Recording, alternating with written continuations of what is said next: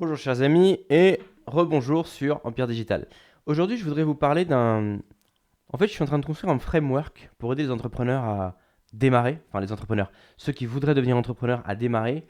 Et ce framework se déclinera en trois étapes. Je crois que ça s'appellera démarre, développe, décolle. Et on aura l'occasion d'en parler, mais la première partie de ce framework, c'est démarre. Et dans cet épisode, j'aimerais vous parler en fait pour moi des trois critères pour choisir une idée de business, on va dire intéressante. Évidemment, vous êtes libre d'ignorer ces critères. C'est pas des critères qui sont nécessaires, mais ce sont des choses que je recommande. Et pour moi, ces trois critères, ce sont euh, la testabilité, la scalabilité et la capacité à, comment dirais-je, à commencer avec un petit capital.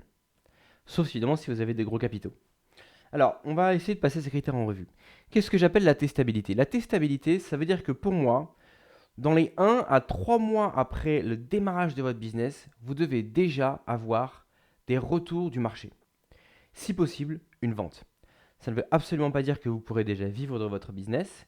Peut-être même que vous serez dans le négatif. Par exemple, si votre business démarre avec Facebook Ads, peut-être que vous aurez dépensé 50 euros en ads et que vous aurez fait 20 euros en vente. Mais l'idée, c'est que il faut que rapidement vous puissiez tester s'il y a une demande pour votre produit ou pour votre service. C'est ce qu'on appelle un product market fit.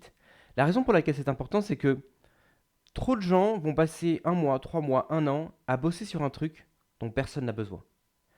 Et non seulement c'est très décourageant, mais c'est surtout une perte de temps et d'argent, inutilement. A contrario, le fait de pouvoir valider son business rapidement en faisant une première vente va être très encourageant, même si vous ne pouvez pas en vivre. Vous avez quelqu'un qui vous a payé pour votre service ou pour votre produit. Et ça montre que potentiellement il y a quelque chose. Alors après, peut-être que vous allez persister et que vous allez vous rendre compte que effectivement il y a une petite demande, mais cette demande n'est pas suffisante pour faire grossir le business. Ça viendra dans les étapes d'après. Le deuxième critère pour moi, c'est ce que j'appelle la scalabilité, c'est-à-dire la capacité à croître. Euh, Typiquement, ça va vouloir dire que votre business est quelque chose que vous allez à terme pouvoir déléguer. Je vous prends un exemple très simple. Ou bien déléguer, ou bien vous allez pouvoir utiliser des systèmes qui font que ça travaille pour vous. Par exemple, mettons que vous vouliez créer un site internet sur, je sais pas moi, les clubs de golf. C'est une niche qui marche bien aux États-Unis. Eh bien, au début, vous allez peut-être créer vous-même les articles. Vous allez peut-être rechercher vous-même voilà, faire la recherche pour pouvoir écrire votre article, etc. Mettre les liens affiliés, etc., etc., etc. Mais à terme, l'idée, c'est d'engager des gens pour le faire à votre place, évidemment. Vous avez compris? Prenons un autre exemple. Vous voulez vous lancer dans la location courte durée. Ou peut-être dans l'arbitrage Airbnb. C'est un business model dont je parle souvent sur cette chaîne. Euh, Au début, peut-être que vous allez vouloir faire le nettoyage vous-même.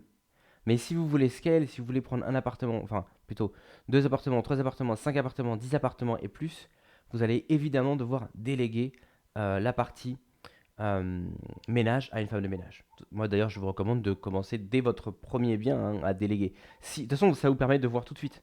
Si vous prenez un bien, vous le mettez sur Airbnb et qui n'est pas rentable lorsque vous lui imputez les coûts de la femme de ménage, eh bien c'est que le business ne fonctionne pas tout simplement. Donc c'est important, cette scalabilité est très important et en général, scalabilité et capacité à déléguer vont de pair. Je vous prends un exemple très simple. Vous avez un boulot, vous allez au boulot tous les jours, vous êtes payé, je sais pas, 2000 euros par mois. Est-ce que vous pouvez demain aller chercher un mec, lui faire votre boulot pour 1000 euros et collecter la différence? Évidemment, c'est impossible. C'est pas quelque chose qui peut être délégué ou scalé un emploi. En revanche, pour continuer dans ce framework, je dirais que un emploi salarié lambda correspond bien aux critères de testabilité. Pourquoi? Eh bien parce que à partir du premier mois où vous aurez travaillé, vous aurez touché votre premier salaire. Donc vous allez tout de suite voir que c'est rentable. En fait, il n'y a même pas besoin de toucher votre premier salaire. S'il y a une offre d'emploi, c'est que l'entreprise a les capacités de payer. Donc vous savez déjà que en offrant vos compétences à cette entreprise, vous savez, et ce sera confirmé au bout du premier mois, que vous serez rétribué. Donc le salariat correspond aux critères de testabilité, mais évidemment il ne correspond pas aux critères de scalabilité puisqu'il est impossible d'engager quelqu'un pour faire le travail à votre place, sauf si vous êtes freelance. Et encore, à partir du moment où un freelance commence à engager des gens pour faire le travail à sa place, en général, il va plutôt se transformer en agence, ce qui est un vrai business. Troisième critère, c'est la capacité à lancer le business sans avoir besoin de gros capitaux. Qu'est-ce que j'appelle de gros capitaux? Comme j'aime parler, comme j'aime directement, j'aime être clair, j'aime précis, j'aime donner des chiffres. Je pense que en dessous de 10 000 euros, c'est un petit capital. Entre 10 et 100 000 euros, c'est un capital moyen.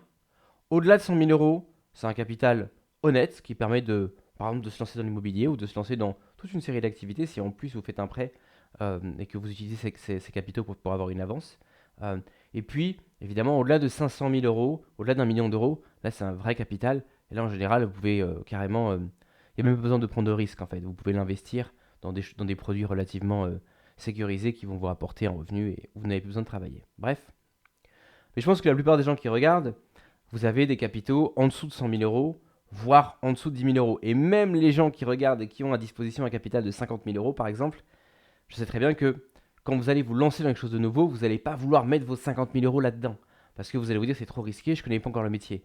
Donc vous allez vouloir typiquement tester le business avec un capital moindre. Vous allez vouloir vous dire, bon, ce business m'a l'air intéressant, mais je ne mettrai pas plus de 3 000 euros dedans. Si au bout de 3 000 euros ça n'a toujours pas marché, j'arrête. Et c'est pour ça que je parle du critère de, de petite capitalisation, c'est la capacité à lancer le business et donc à le tester avec de petits capitaux. Typiquement, si vous voulez vous lancer dans un business de jardinage, par exemple, eh bien, ce que je recommanderais, c'est, eh bien, dans un premier temps, d'aller tester, donc d'aller imprimer peut-être des flyers ou quoi que ce soit, et d'aller peut-être faire du porte-à-porte, ou passer des coups de fil, faire du cold calling, ou j'allais dire des emails, mais ça va être difficile d'avoir, à moins que vous fassiez du jardinage, c'est pas vraiment du jardinage, c'est en anglais ils disent du lawn care, donc c'est prendre soin des espaces verts en fait, hein.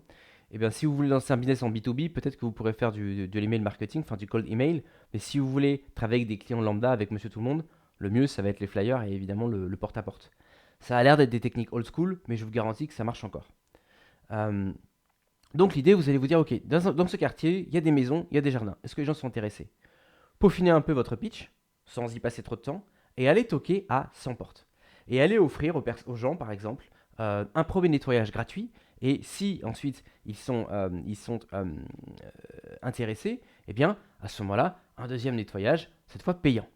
Et en faisant ça 100 fois, évidemment, vous allez sans doute passer beaucoup de temps à tondre des pelouses pour rien, mais vous allez voir s'il y a peut-être une ou deux personnes qui vous rappellent, qui disent oui, c'est intéressant ce que vous avez fait pour moi là. Est-ce que vous pouvez revenir une deuxième fois, cette fois je vous paye. Et ça, vous pouvez le faire avec un capital de départ qui est très faible, voire nul. Vous aurez sans doute besoin d'investir dans du matériel, peut-être une débroussailleuse, peut-être une tondeuse.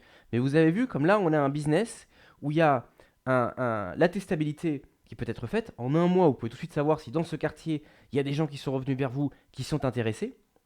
Vous n'avez pas besoin de gros capitaux, simplement de quoi imprimer quelques flyers, voire simplement rien en fait, aller faire du porte-à-porte, bien présenté, peut-être pourquoi pas avoir un t-shirt avec un logo, avoir du matériel pour faire du jardinage, tondeuse, débroussailleuse. Après, peut-être que vous allez investir dans d'autres types de matériaux, tronçonneuses, etc. Mais au début, restez sur quelque chose de simple, hein, très important. Et voilà, et vous avez donc ces trois critères qui sont réunis. Ah pardon, et la scalabilité, c'est que, évidemment, si votre entreprise de jardinage fonctionne, vous pouvez recruter des gens qui vont aller tondre la pelouse à votre place. Typiquement, c'est le genre de business qui rentrerait dans ces trois critères. Euh, voilà, je vais donner un exemple pour que vous puissiez comprendre. Voilà, je pense que j'ai fait le tour de ces trois critères. Si vous voulez lancer un business, vous avez une idée de business, je pense qu'il est vraiment pertinent de s'assurer que ces trois critères-là soient cochés pour pouvoir démarrer rapidement et savoir rapidement, il y a peu de frais, s'il y a une demande pour le produit ou le service que je vais offrir.